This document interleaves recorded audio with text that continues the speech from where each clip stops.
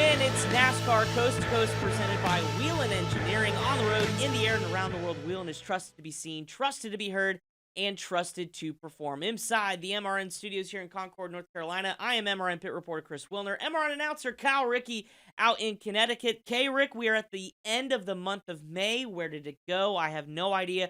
We've got a jam-packed show, including some drama in the NASCAR Cup Series with Chase Elliott. We'll dive into that. Of course, tons of racing on the grassroots level. But Rick, you had a busy weekend. I was out in the Indy 500 doing my traditional deal out at my home track. But for you, you bounced around between Stafford, New Waterbolt Speed Bowl, and then I think you went to Thunder Road too.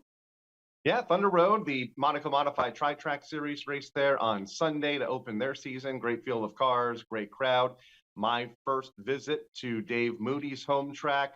Started the weekend at the Charlotte Motor Speedway with you, and I have one question for you. Sure. Has it warmed up down there? Because it was chilly in the turns on Friday night for the ARCA Menards Series race and for the NASCAR Craftsman Truck Series race to kick off the weekend. I know the rain stopped because you got the 600 in and the Xfinity race, although a day late, but has it warmed up? Because I was not expecting 55-degree temperatures down there in the month of May. It's coming back. It's coming back. That rain pushed through. The humidity's kind of coming back a little bit. But you were right. It was very unseasonable-like, and I was kind of wondering, driving back from Indianapolis, I may have a shot to go to the Coke 600 when I thought I wouldn't, being usually it's on the same day. But no, Mother Nature finally got out of here, and it was a much welcome sign for the warm weather, that's for sure. But that sounds like a great weekend for you, Kyle. And we've got tons. Speaking of which, at Charlotte, we'll kick off our coverage here on this week's episode with a look back at the ARCA Menards Series General Tire 150 at Charlotte Motor Speedway. Jesse Love, Kyle, the dude is absolutely just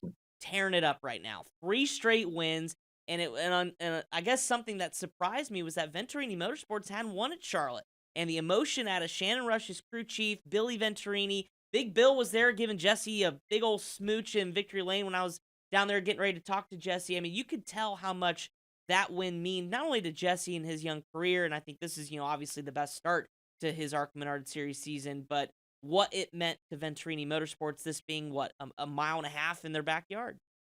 Yeah, about that.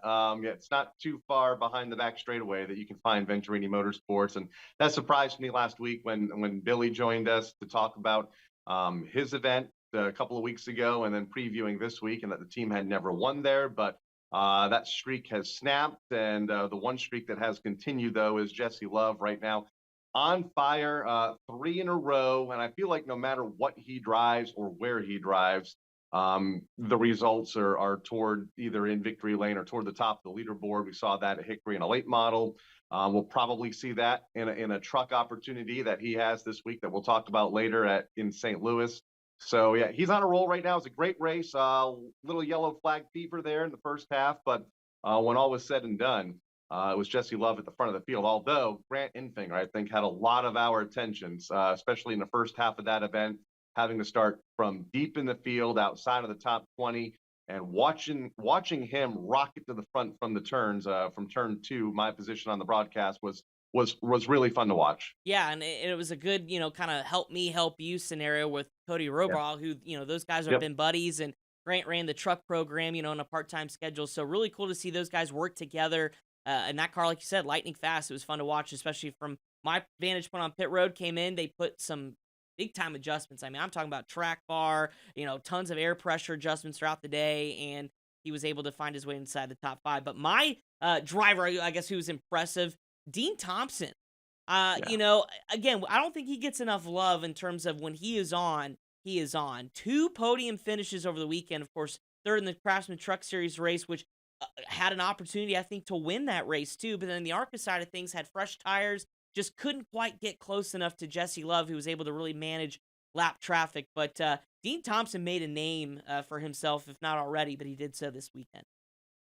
No, he did, and he was up there among the race leaders. I think Gus Dean, another driver that ran well toward the front for much of the event, fell to, I think, an incident late in the race. Also, Andy Jankowiak, the modified ace, turns ARCA Menards Series driver here the last couple of seasons, finally running well on a mile and a half. We've seen him run well at Daytona and Talladega, but gets a top 5 finish in Charlotte. So a lot of great stories in that event. Frankie Muniz just missing the top 5 in 6, so still a pretty close point battle going into to their next event. I'll say it's still 2 points. So Frankie's doing what he Yeah. needs to do, is being consistent. I'm just curious now with all that Jesse's Love is doing on the winning side of things. Does Frankie need to get a top 3, possibly challenge for a win here to solidify himself as a championship favorite? Because although top 10s are great, I feel like in ARCA Menards series back half of the season you got to really be up toward the front, but still cool to see Frankie up there in the championship battle. Taylor Gray, another solid effort for the youngster, third,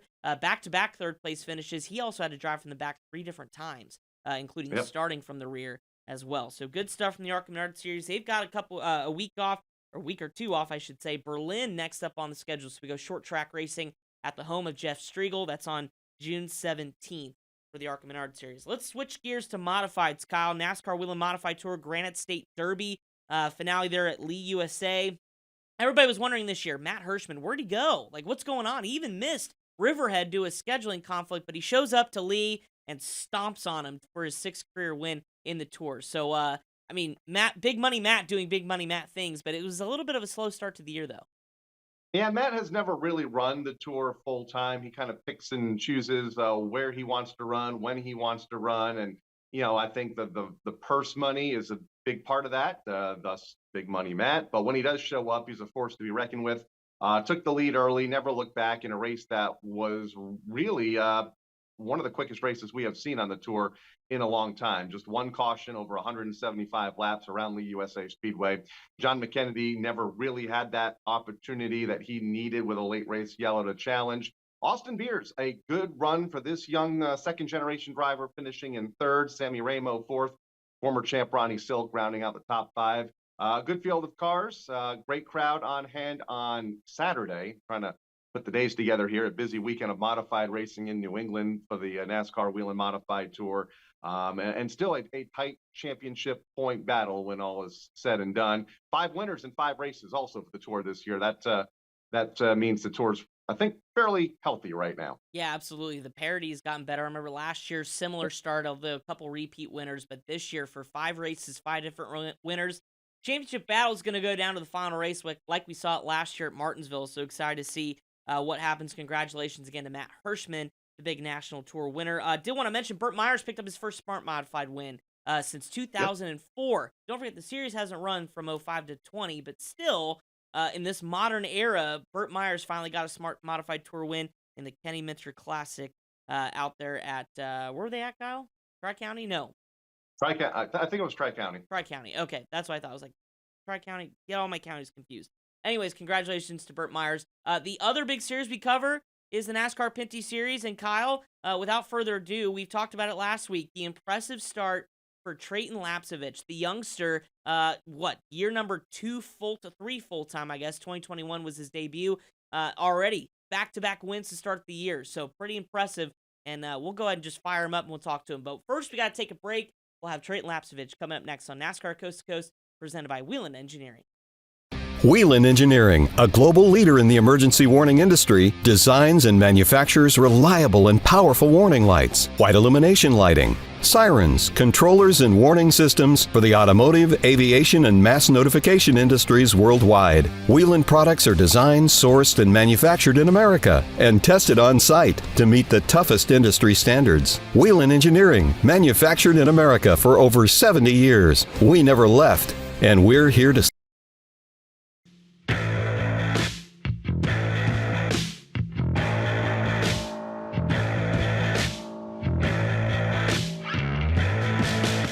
Back to NASCAR Coast to Coast, presented by Whelen Engineering. As promised, Treyten Lapcevich joining us via Zoom. Treyten, the month of May sweep for you in the NASCAR Pinty Series, opening 2 for 2. Let's just start there. I mean, did you expect this coming out of the gate on the heels of 2022, that you guys were just going to be firing off back-to-back wins to start the year? 2022 was kind of a rough year for us. We had speed, but nothing like we had in 2021. So we kind of, we went back a little, figured out what we needed with the cars to really make us good again on the ovals and really competitive. And then also on the road courses, just fine tune a little bit of driver in the car as well. So that's what we did over the off season. The 22 racing team worked really hard. And we brought 2 really good cars for the first 2 races of the season. And, everything's just kind of fallen into place and gone our way. Kind of a tale of two races for you over the first 2 weeks. You led all but 3 laps at Sunset, a dominant performance there. And then just one lap, the important one at Canadian Tire Motorsports Park last week, taking the lead in those final set of corners that we see the final lead change happen in so many times. Kind of walk us through those two races, especially the road course race at Canadian Tire last week and that final pass for the win. Yeah, I mean, at Sunset, it was really, we just had a really good car. We were top of the boards in practice and qualifying by a good amount, and we led a lot of the race. We started off with a long green flag run at Sunset, and then it turned into a bit of a caution fest after halfway. And then it was just really playing the restart games. I was getting pressured from behind and on the outside every single restart, making it really tough. Then the final restart, third place got into me really good, coming to the green and then all the way through turn 1. So set us back a little, and then the hole opened up in turn 3 there, and we were able to take advantage of it to see it through to the win. And CTMP, I was driving really hard. We had a good stretch of racing to the end. Strategy kind of went our way. I think we made the right call there. And then chasing Mark down for the last few laps. Got in reaching distance into turn 8, and then through turn 9, I think he made a little bit of a mistake. I got right on his bumper, and then I think I would have beat myself up if I didn't try for it. So I went for it. Just gave him just enough of a nudge to just move him up the track a little, sneak through to the win, and yeah, I mean, I think that was really it. We've seen some great finishes there at CTMP over the years, so we're no stranger to that. But from a driver's perspective, how early on or how late in that race are you starting to say, okay, I think I can get him at this corner? How long before that move are you setting that pass up for the win? Everything I think we saw when the trucks were there, and a lot of the Pinty's races as well, everything happens in turn 10. I was pushing hard before that. I wanted to get by him earlier in the run, especially when we were running down Gary. I was trying to get by him, and I really couldn't get a run on him to make a good pass. And I think last lap I didn't really have enough momentum on him anywhere to make a pass other than turn 10. I think if I would have, I kind of had a shot into turn 1 when we were coming to the white flag. But I think if I try and move there, he's probably going to pinch me off and get the run off turn 1 and have the preferred lane through turn 2. So that's just going to set me back quite a bit. So I mean, I think we know how the finishes go at CTMP, and if I make my move any earlier, the same thing's going to happen to me, and I'm not going to come away with the win. So I think that's just kind of the mindset, putting yourself up, setting myself in a position where I can take the win. Why do you think that is? You have this fairly long road course with all of these different corners, long straightaways. That backstretch seems like forever. But y'all find each other in turn 10, no matter whether it's the Pinty series or the trucks. We saw it year after year. Why do you think that happens? I think a lot of it is because the backstretch is just before turn 10, heading into turn 8 there. So, I think the draft plays a good part of it. We get quite the toe down the backstretch, and I think that kind of places us into position. And turn 8's a really big corner. Like, if you don't hit turn 8 right, if you don't hit it good, then you'll get run over. You'll get caught from behind pretty quickly. So I think there's a lot of emphasis on the last couple corners at the track. Turn 2 is a really fast corner. Turn 4 is really fast as well. But I don't think any of them are quite as important as turn 8, 9, and 10. So you became the second driver to win back-to-back, races to start the season. Rafael Lessard did it both at Sunset, but you're the first to do it on 2 separate racetracks, an oval and a road course. I mean, when you look at the long history of the NASCAR Pinty Series and the great drivers that have come through there, the champions that you continue to race with, year in and year out, what does that kind of historical mark mean for you in your young career? It's really cool. I mean, road course racing is still really new to me. My first road course race was my first year with the series in 2021, and we don't do a ton of road courses. We do 4 or 5 every year, so it's hard to get the seat time too. I mean, it's not like an oval where we just show up and test and we run laps all day. A lot of the road courses we run are street courses, so it's not like we have that time prior to the race to get set up for it. So I mean, to go back to back on an oval and a road course is really cool, and it was really one of my goals heading into this year, was just to try and to grab that first road course win. So to get it really early in the season and to go back to back for the first 2 races, it's definitely a lot of momentum and a good confidence booster heading into the rest of the year. Are the street courses more challenging? I mean, we have Toronto coming up, we have Three Rivers coming up. Are they more challenging than, say, the traditional, if there is such a thing, road course like you ran at Canadian Tire Motorsports Park last week? I would say they're definitely more challenging for a relatively newer road racer. I've had some success at Three Rivers. I think I finished in the top 5 both races I've run there.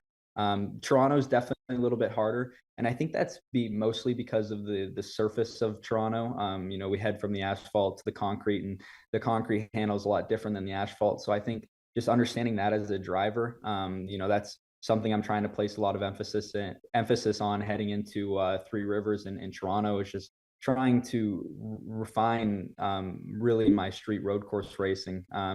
It's definitely a craft in itself, and especially in our series, we got so many great road course racers that have come from road course racing backgrounds. So it's definitely tough to compete. I have to ask you, although you know you've only been in the series a couple years, beginning in 2021, but where is the health of this NASCAR Pinty series right now? I mean, last year Flow Racing came on board. I feel like a lot more exposure for you guys, you know, on a national level, international level. You know, are you seeing that growth? Do you see the popularity kind of coming back? Because Kyle and I talk about it all the time. It's one of my favorite series to watch, but I feel like it's slowly still kind of creeping back into the minds of NASCAR fans. So where do you see the health of the Pinty series right now in 2023?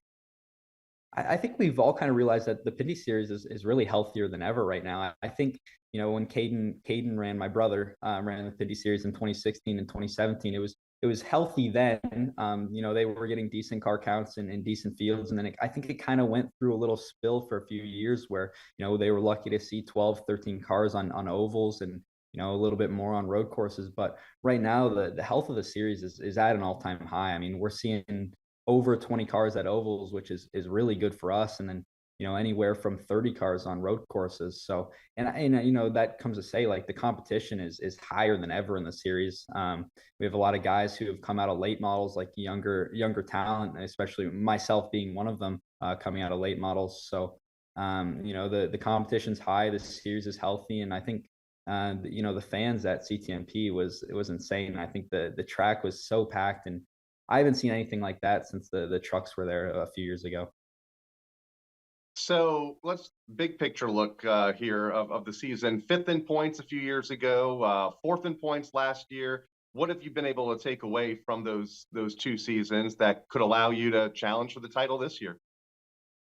I think the big thing I found is consistency is really the big thing. The last 2 years we've had a lot of bad luck. I think, you know, last year we had 3 DNFs and it was all for mechanical issues, just the stuff that was really out of our hands, but it shouldn't have happened. So, you know, that's the big thing. We're trying to bring cars to the track that we can finish in the top 5 and compete for wins every single weekend. So, you know, that's the big picture here. If we can finish every single race in the top 10, which I think we can definitely do, then we can be contenders for the championship at the end of the year. What are these NASCAR Pinty Series machines like to drive? I mean, I think from a casual fan that say, okay, well, what's the difference between that and an ARCA car, or you know, you got the Xfinity Series on the NASCAR National side, but for you, who's now been behind the wheel for a couple years, coming from late models, what are they like to drive? How do they relate to some of the other stuff we see? You know, it's a lot different than a late model.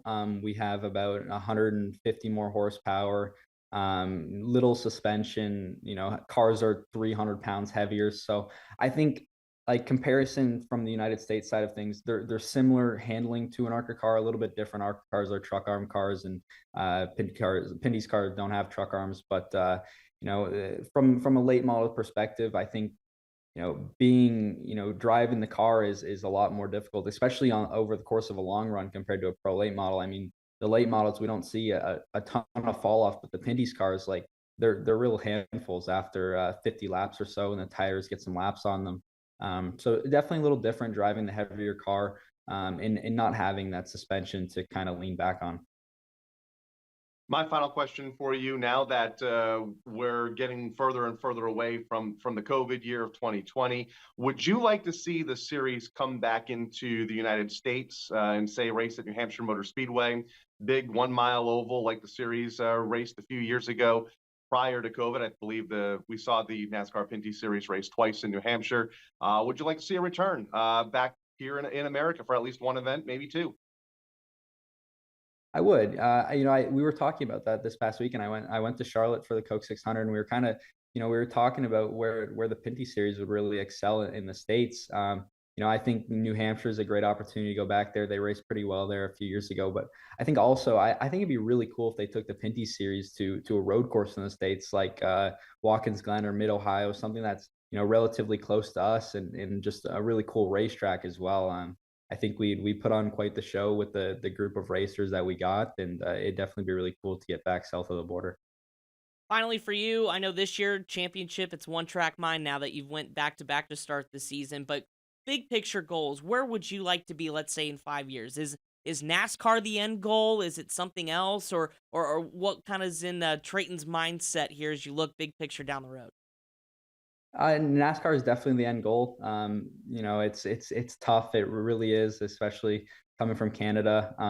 We're trying to, as early as this year, next year, move to trucks or even make an ARCA start. But it's definitely hard. Even we're struggling to put together a full Pinty season at the moment. But that being said, we're working hard every single day, working on our marketing and what we can do with our partners.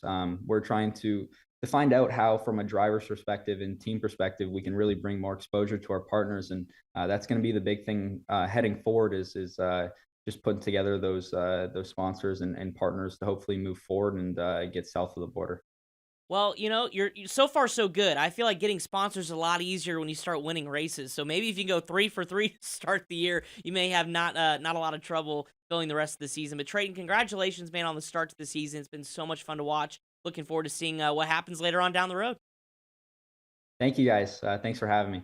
Treyten Lapcevich, back-to-back winner in May to open the NASCAR Pinty Series. We thank him for joining us. Coming up next, on the other side of the break, NASCAR Coast to Coast presented by Whelen Engineering. We're going to look at what's coming up, including ARCA West, plus some news and notes to wrap up the week. That's all coming up. Stick around.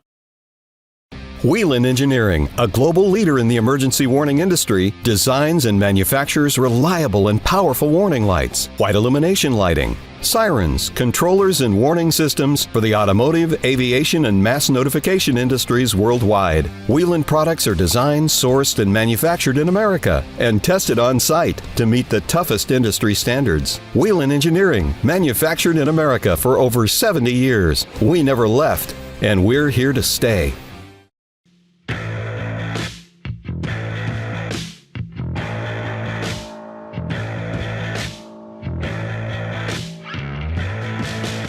Welcome back to NASCAR Coast to Coast, presented by Whelen Engineering. Just talked to Treyten Lapcevich, Kyle, and he talked about his goals being in NASCAR. Again, it's a money-driven sport, as we've talked about over the last several years when it comes to coming up to the States and running in the Cup Series or the Xfinity Series or the Truck Series. But the exposure Pinty's gets now with Flo and the growth of that league, you think the opportunities may be a little bit more bountiful here, especially if he can continue to win and challenge for a championship? Yeah, Flow Racing has kind of changed the game over the course of the last year and a half for that series. Not only are they getting exposure up north of the border, but they are also getting exposure down here in the States, the home of NASCAR.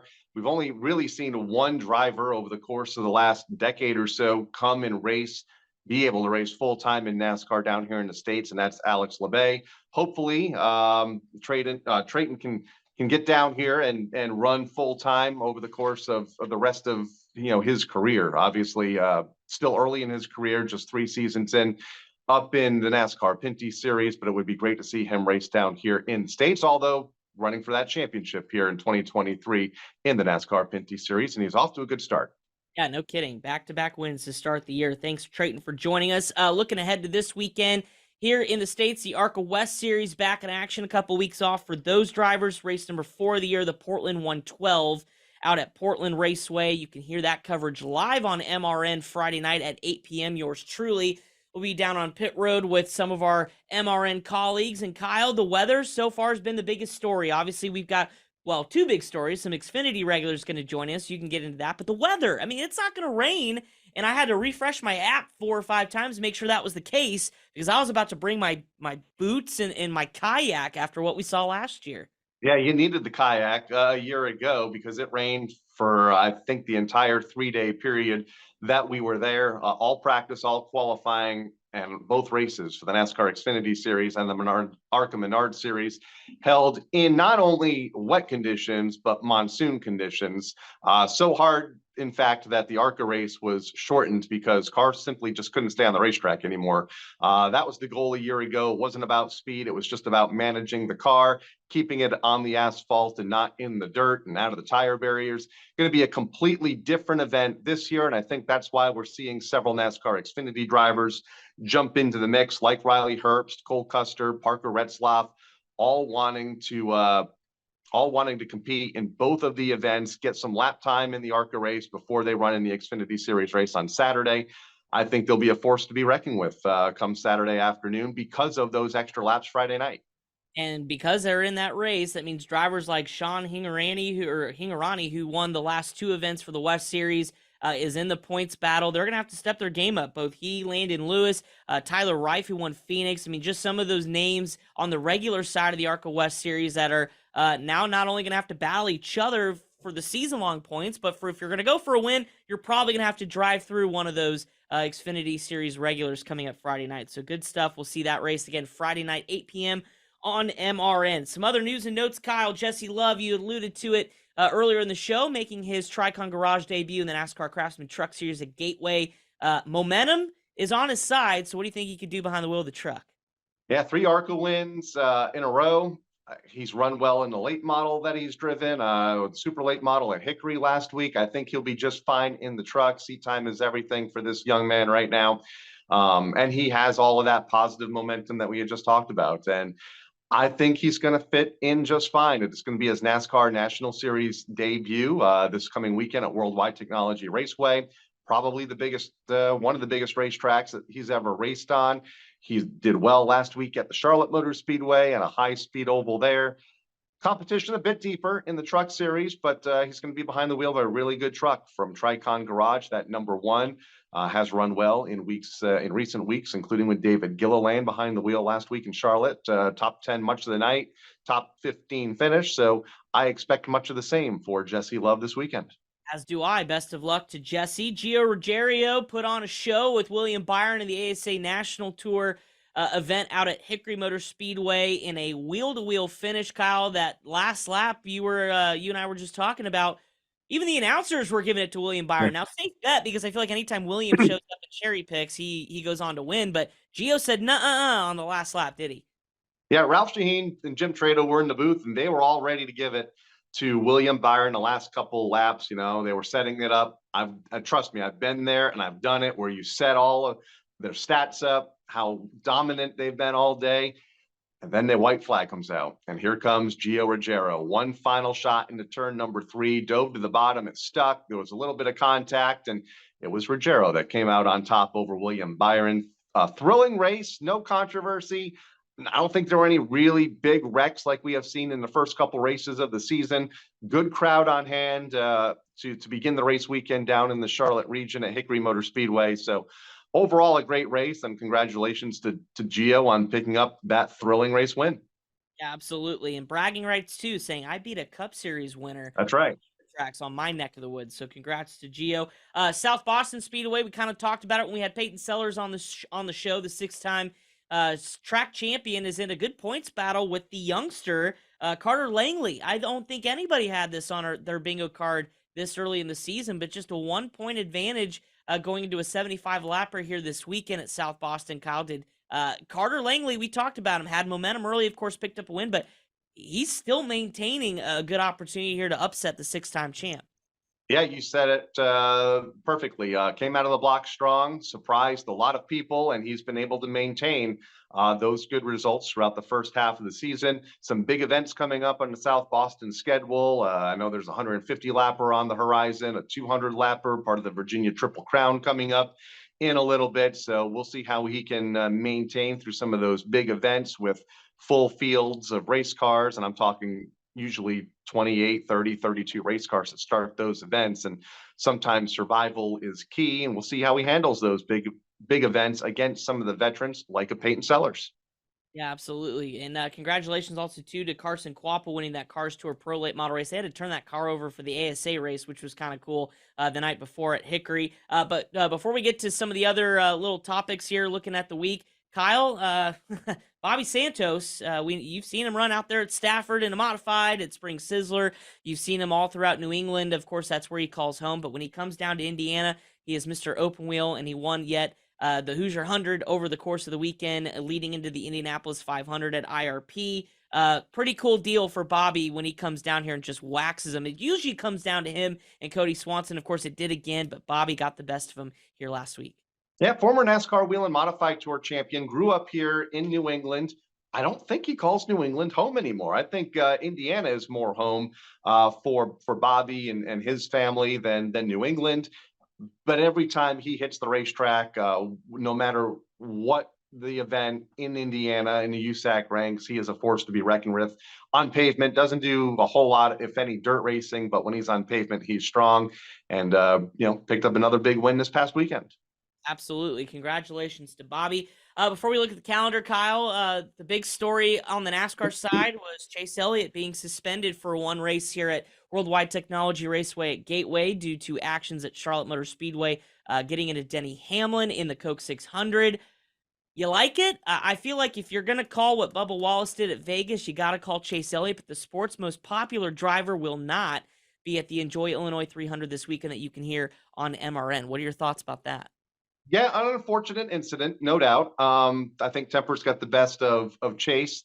I like the suspension. I think, and I've always said this on this show and every other show that I do, you right hook somebody at any racetrack, whether it's at Stafford Speedway here in Connecticut. I've seen it at Thompson here, a very fast, high-speed 5/8 mile, or at some of the big tracks on the National Series. There's no excuse for it, and I think it should call for an immediate suspension of at least one event. If you right hook somebody, we've seen so many bad things happen over the years, and I get safety has improved since then with the implementation of Hans devices and safer walls. But still, it's still a big impact, and we saw that impact with Hamlin on Monday night, and I think the suspension is justified. Yeah, absolutely. Couldn't have said it better myself. And of course, this isn't the only time we've talked about it. Of course, we mentioned Vegas with Kyle Larson and Bubba Wallace, but also on the short track level, what happened with Annabeth Barnes Crum and Landon Huffman. That's still being worked through out at Hickory Motor Speedway. So interesting stuff. But thank you, Kyle, for that. Some races this weekend. If we want to get into the weekly stuff real quick, Stafford, you guys are on track for Friday still? We are, and the weather looks nice. I think if you include, if 92 degrees is nice, but it's going to be dry, so it's going to be fun. A hot, slick racetrack will be interesting to see how teams adjust to that after some fairly cool weather the last couple of weeks. So we're back for a regular show plus a big wheel race for the kids. Friday night on Flow Racing. Also, tons of racing this weekend from Berlin. Jeff Striegel's track. Shout out to Jeff. Running their weekly program, Riverhead, Jennerstown, you name it. It is on Flow Racing, or you can check out your local listings for where you can check that out. Speaking of where to check things out, MRN is your home for the second dual split weekend. We've got our entire staff spread out between either Worldwide Technology Raceway or in Gateway, or out in Portland for the NASCAR Xfinity Series and ARCA West Championship. Myself, we had talked about, will be in Portland. Kyle, you got out of working this weekend. How'd that work? I'll be at Stafford Friday night. We have a couple of big announcements happening this week for the rest of the summer. So I will be here. I hope you enjoy Portland. Hopefully it is dry. Can't get any wetter than a year ago. No, absolutely not. So coverage on the Motor Racing Network, good answer, by the way. Coverage on the Motor Racing Network begins Friday, Portland, the 112 with the ARCA West Series. That's going to be 8 p.m. Eastern time for ARCA West. And then Cup practice and qualifying Saturday morning, 10 a.m. Eastern, followed by the NASCAR Craftsman Truck Series second race of the trip, the Triple Truck Challenge. So we'll see if Ben Rhodes can go for $150,000 after winning at Charlotte. That'll be 1 p.m. Eastern time, and then immediately following the Pacific Office Automation 147 for the NASCAR Xfinity Series out at Portland. So a little bit of a triple header on Motor Racing Network, and then all goes down Sunday with NASCAR Live Race Day, 2:30 Eastern, leading into the Enjoy Illinois 300. So good stuff. Tons to check out this weekend. Kyle, have a good time at Stafford. and we'll visit all next week. I look forward to it. There'll be a lot to talk about. Yes, we do. All right. Thank you so much again to Treyten Lapcevich joining us here on this week's episode of NASCAR Coast to Coast. And of course, our presenting sponsor, Whelen Engineering. On the road, in the air, and around the world, Whelen is trusted to be seen, trusted to be heard, and trusted to perform. For Kyle Rickey, our producer, Pat Jaggers, I'm Chris Wilner. So long. We'll see you next time.